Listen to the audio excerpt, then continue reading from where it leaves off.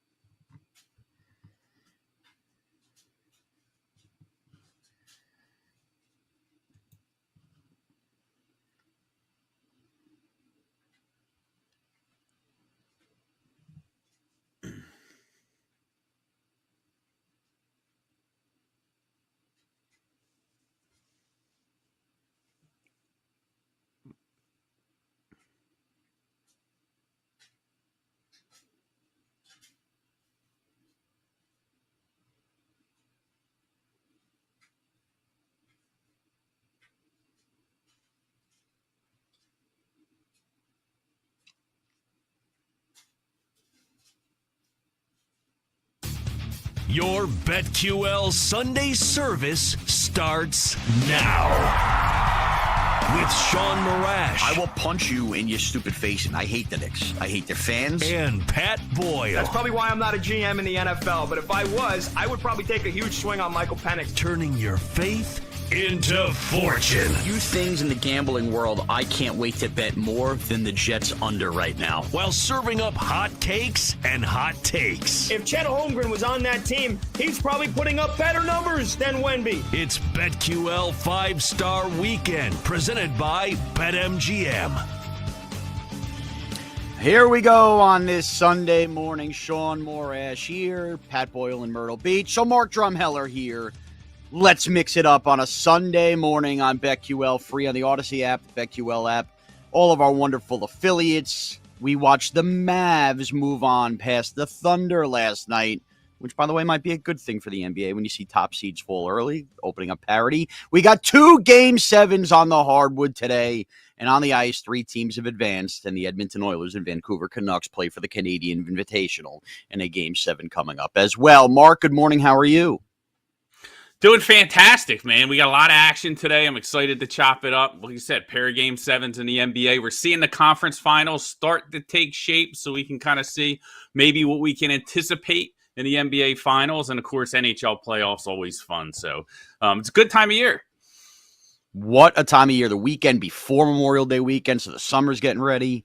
Old Shawnee took the cover off the pool maybe a week premature in the Northeast yesterday, but hey. Got to get that water flowing. All right, we're going to start this hour off like we do each and every hour with our hot takes and hot cakes. Good morning, people. Boy, do I need some hot takes and hot cakes. All right, I'll start this one off. So, like we try to be transparent every week, we have a little bit of a show sheet. We kind of put thoughts down. I got to be honest with you. I think Mark is bringing it with a couple hot takes. I got to debate with him. But I'll start with mine first. There's a Game 7 tonight. I was stunned at how empty the Denver Nuggets looked in a Game 6 where the T-Wolves, after they looked like they were on the verge of collapse, force a Game 7. I will not be prisoner of the moment with the Timberwolves. Tonight, I kind of feel like it's that movie Draft Day where I crumple up a piece of paper, have to keep it in my pocket all day long. It's Nuggets no matter what tonight as my cake, my bet for the game, even at -5, because if you get in that free throw contest late, that's how a spread can grow and how you can cover.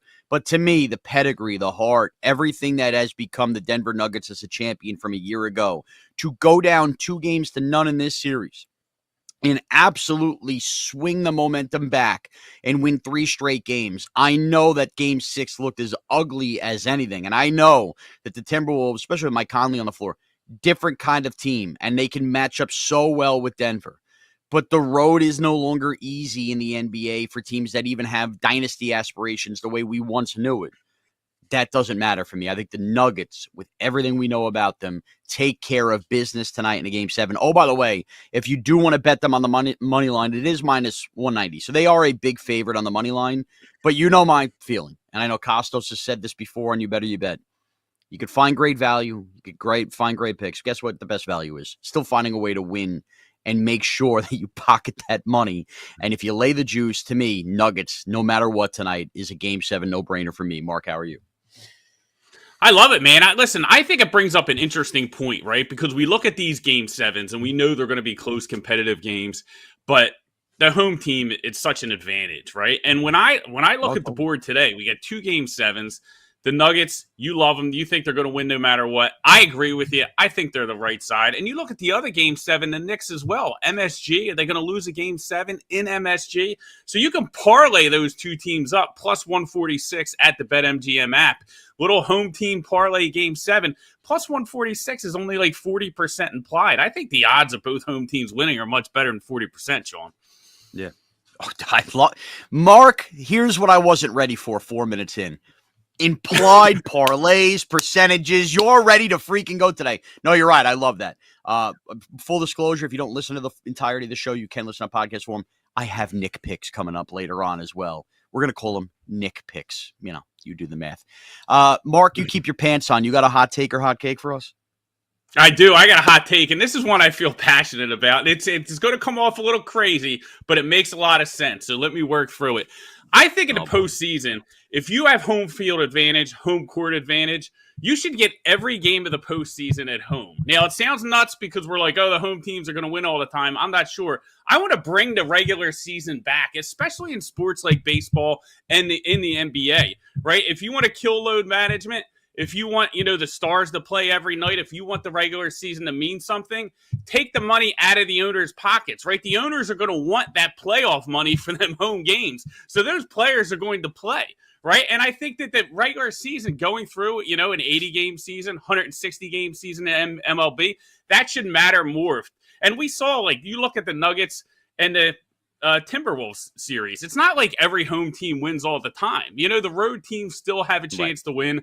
We've seen it throughout the playoffs. So I think instead of just making it back and forth, 4-3, everybody share the playoff money. If you're the higher seed, if you do better in the regular season, you should have that kind of advantage, especially in baseball, Sean, where you see top seeds get knocked out all the time. They play for 6 months, 1,000 games, and then all of a sudden 5 games and they're out because the rotation's not strong. Okay. It's going to take me a little bit to digest this, but I had a spin-off idea. You sparked me, Mark, so I'm going to throw a little back. Mm-hmm. First of all, let's all acknowledge, as crazy and as wacky as your idea is, it's not stupid in terms of playing hard in the regular season to get that, right? We all know it won't happen because obviously the shared revenue, the gates, all of that stuff, you want to make sure that those teams get it. What if, though, in the NBA, if you were the higher seed, you got to pick which 4 games you played? Because I've always been a proponent of this. Do I want games 1 and 2 in my building? I understand you play for 5 and 7 in your building. I think I'd rather take my chance to see how it is on the road early for the first 2 games and always have games 3 and 4 at home. So if I could do a scenario where, hey, strategically, I have the higher seed, guess what? I want 3, 4, 5, and 7 at home. To me, I think putting that choice, kind of like, I guess baseball is bountied around or flirted with picking your opponent in the playoffs, if that was going to become a thing. Remember that was a story a couple of years ago? I just thought, look, we're a country about choices, right? I'm about here giving the teams the choice. I think if that takes care of everybody. Everybody still gets their home dates, and you as the home team don't have to feel screwed. You've picked when the games are. Not bad. Pick your poison, right? I think it's good. It's not, I'd like something a little more aggressive. Like I said, I just think, especially in baseball. And listen, the Phillies have been proponents of this. Like me in Philadelphia, like they've taken advantage playing the Braves. Braves win 1,000 games, get a home field advantage. Doesn't matter. We hit 1,000 bombs in the playoffs. They go home, right? It's okay. Right. But I'd also think that you have to make a 160 game season. Like the home team has to have a bigger advantage. And I don't know if in the NBA, your idea makes a lot more sense. Major League Baseball, not so much. So maybe find like a happy median, or maybe hey, the higher seed gets 5 home games instead of 4, right? I mean, I could do with that 5 and 2 instead of 4 and 3, but 4 and 3 is too close. That's not bad. It is too close. It is too close. All right, with that, though, we did see last night the Dallas Mavericks take care of business versus the Oklahoma City Thunder. A thunderous surge, for lack of a better term, for the Mavs to rally back, and, it trailed 9 as they had started to make that run into the fourth quarter. And in the end, the game gets decided at the stripe as P.J. Washington is fouled, goes to the line, makes the free throws that would be the winner. Personally, I'm surprised the Thunder didn't throw a bigger stink about it. I'm a big swallow your whistle guy in that spot. I'm shocked P.J. Washington went to the line. But here we are, a Dallas Mavericks team that added Kyrie Irving a year ago. I know you have thoughts on them coming up a little bit later on in the show for some of our audience, but in the Eastern Conference Final with Luka. By the way, would have been an enormous, what am I talking about? Disappointment when looking back a year and a half ago to not have them here. But I think a lot of people didn't necessarily believe that they would end up here through this road. Clippers playing the top seed in the West in the Thunder in round 2. They are sitting there awaiting the winner of Minnesota-Denver. You got to think they're rooting Minnesota as well, by the way. Don't want to deal with the champion in Denver in the Western Conference Final. But I'm kind of stunned that here we are and the Mavs are there, and I like them. I feel them. They can end up in an NBA Finals here, Mark. Yeah, I think so too, man. I really like the way they're playing, and it starts with their defense. It's like finally they were able to figure out the puzzle, right? Of like, how do you build around Luka Doncic? And listen, I was the first guy. Like when they brought in Kyrie, I was like, oh, this is a disaster. Like, what are they doing? Yeah, I'm like, they let Jalen Brunson go. This is just a knee-jerk reaction. They're grasping at straws. They know Luka's going to leave. Like, if you would have told me then where Luka Doncic would be playing, 2 years from now, I would say it's not going to be Dallas. I was with you. I was with you. And then all of a sudden, they put the pieces together. Everything's working. The defense has been tremendous. Jones, P.J. Washington's been incredible. The way the game ended, with the questionable call, that's always unfortunate. But that's just basketball. It's hard to get away from that. Like, you swallow your whistle. True. And then, people are getting mugged and you're complaining about that and saying you should call it the same way you call every other game. So you're right about that. Difficult. It just still felt ticky-tack to me, though, at the end of the game, Mark, in that spot. Yeah, it really did. It really did. But also, at the same point, like, did we think Dallas is going to lose that series? Like, I didn't think Dallas was going to. Like, the key was they went into Oklahoma City, they won Game 5, and that's when they won the series. And it was, we kind of knew it was a wrap after that. So, I just think, this Mavericks team is going to be tough, and it benefits them. They get a little bit of rest while these guys are playing Game 7 tonight. So that's going to help them. Like, this point in the playoffs, the games matter. The rest matters. Like, it's a huge deal. I have a plea for the Oklahoma City Thunder, too. And it was a fun year. Full disclosure, profited plenty off SGA props and the Oklahoma City Thunder, as it felt like it took forever this season for the market to correct themselves on the Thunder. Don't be foolish this offseason. Don't be the Suns coming out of the bubble. Do not go and trade for Kevin Durant if he pouts out because it, feels like it would be perfect for Durant to finish his career coming back home. To me, the Thunder are truly building something here. SGA is full-blown blossomed into a top 5 star in the NBA, and you'll now get basically a second full year of Chet Holmgren next year because remember, obviously, he missed his rookie year, and he came a long way this year.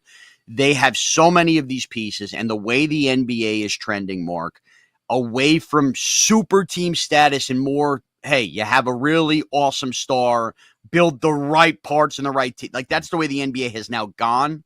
I hope the Thunder don't do anything stupid and understand that, hey, You were the number 1 seed. You lost in the second round. That sucks, but it's also okay because that is where you take your lumps and you learn as a team and a core to come back together and what it takes to get over the edge. I am very worried, very worried. There's been little teeny Kevin Durant, is he going to cry his way out? And would that make a lot of sense considering the Thunder assets, this, that, and the other? I hope the Thunder don't panic this offseason, Mark. I couldn't agree with you more. I mean, they're the anti-super team, right? Like, they did it the right way. They did it through the draft. They were everything that the process in Philadelphia was supposed to be. They hoarded the draft picks. They hit on the draft picks. They made shrewd deals.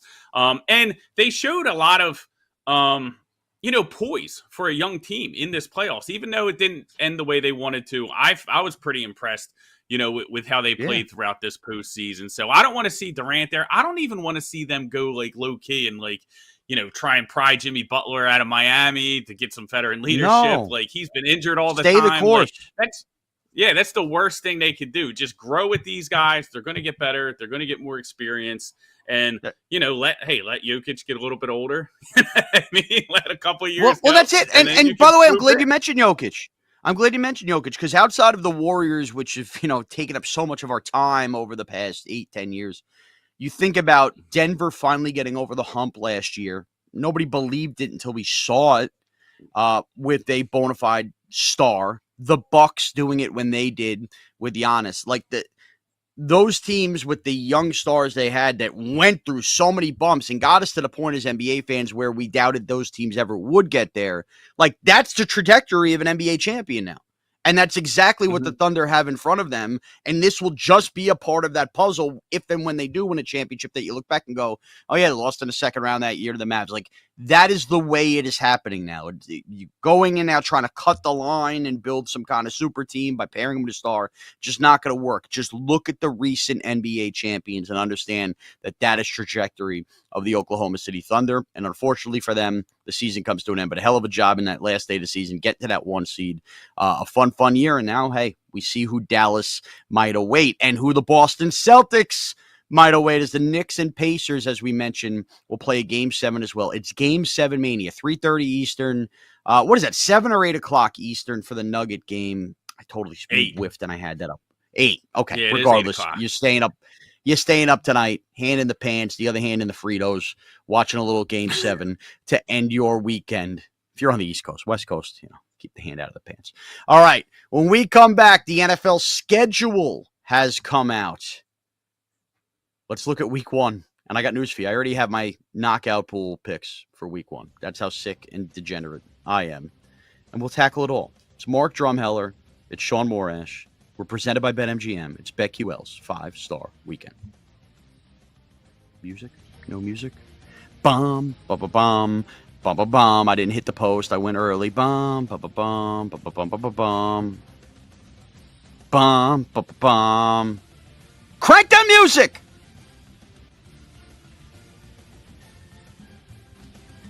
BetQL 5-star weekend will be back on the BetQL network. Presented by BetMGM.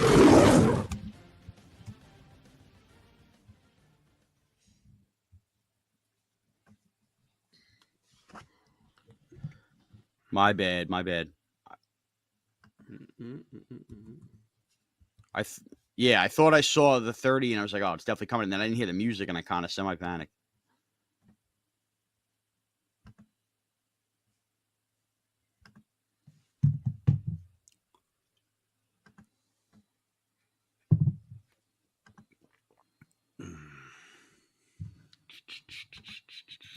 Schedule release.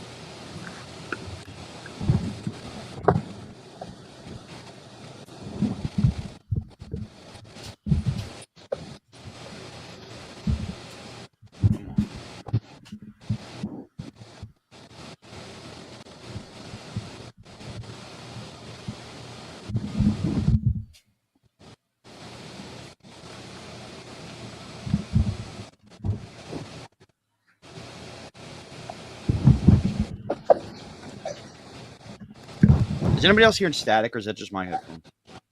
Yeah, that's. Yeah. No, I don't. All right, it's gone now.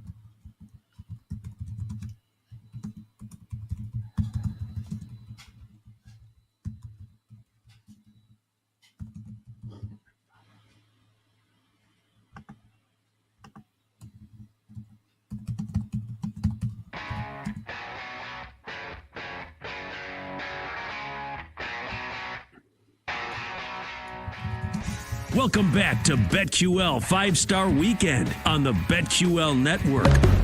Presented by BetMGM. 5-Star Weekend presented by BetMGM. Sean Morash along with Mark Drumheller in here for Pat Boyle, who having a real bros weekend in Myrtle Beach. Good for him. All right. The NFL schedule dropped this week before we kind of get into any of the nooks and crannies, and specifically week one. Mark, are you born and raised Philly? I can tell by your accent, right? Not just like Yeah. All I've been here. I mean, I'm technically in South Jersey, right over the bridge, but 10 minutes away. Right. So yeah. So you're an Eagle. You're an Eagle dirtbag, basically. All right. How we do it here. I love it. I love the NFL schedule in New York. Even when your team stinks, I love the intricacies of it. First thing I look for, right? Like I look for Thanksgiving, I look for the primetime games. I do that whole stuff. And of course I look for week one. Are you a schedule guy? You find it overrated? I think it's a little overrated. Like, I think it's fun, but like, I think that we've gotten to a point now to where like we're making a little bit too big of a deal about it. Like, you know what I mean? Like, that I agree matters, with. all that stuff matters. My challenge is that like when you get to that point in the season, so many variables and dynamics have changed. Like, you don't know who's playing quarterback. You don't know what's going on. So it's easy to kind of look at the schedule now and be like, this looks tough, but so many things change. Like, from a betting perspective, I think it's a little overrated. From a fan perspective, I love looking at it, chopping it up. Listen, the Eagles are going to Brazil. So, right. You know, the NFL's always throwing curveballs at you. I think you actually just nailed it perfectly. From a betting perspective, and again, we're going to do week one here in a couple of minutes, it can be overrated because you just don't know. It's all about when you Mhm. see a team that changes so quickly. If the quarterback's not playing, suddenly what you think might be a loss turns out to you better win the game. But yeah, from a fan perspective, I love mapping out, okay, well, this looks tough. 2 road trips back to back. Where's the best place to travel if you have, kind of a weekend where you guys Yep. used to do that all the time. So that stuff's really, really interesting. And of course, now the NFL has us on our freaking heels with the holidays left and right as I try to navigate, what holidays I spend with my in-laws who don't really love football and this, that, and the other. And I really can't stand that the NFL has made Christmas a thing. More on that later, as I cannot believe there was another wrinkle I missed. Anyway, though, week 1. I did the old, all right, NBA, NHL playoffs watching. Let me really look at the schedule. I guess it was yesterday. Mark, I was in one of those scenarios in the bathroom looking for a little bathroom reading, and I stared long and hard at week 1. And to me, what usually is the most difficult week when you get in those knockout pools that you gamble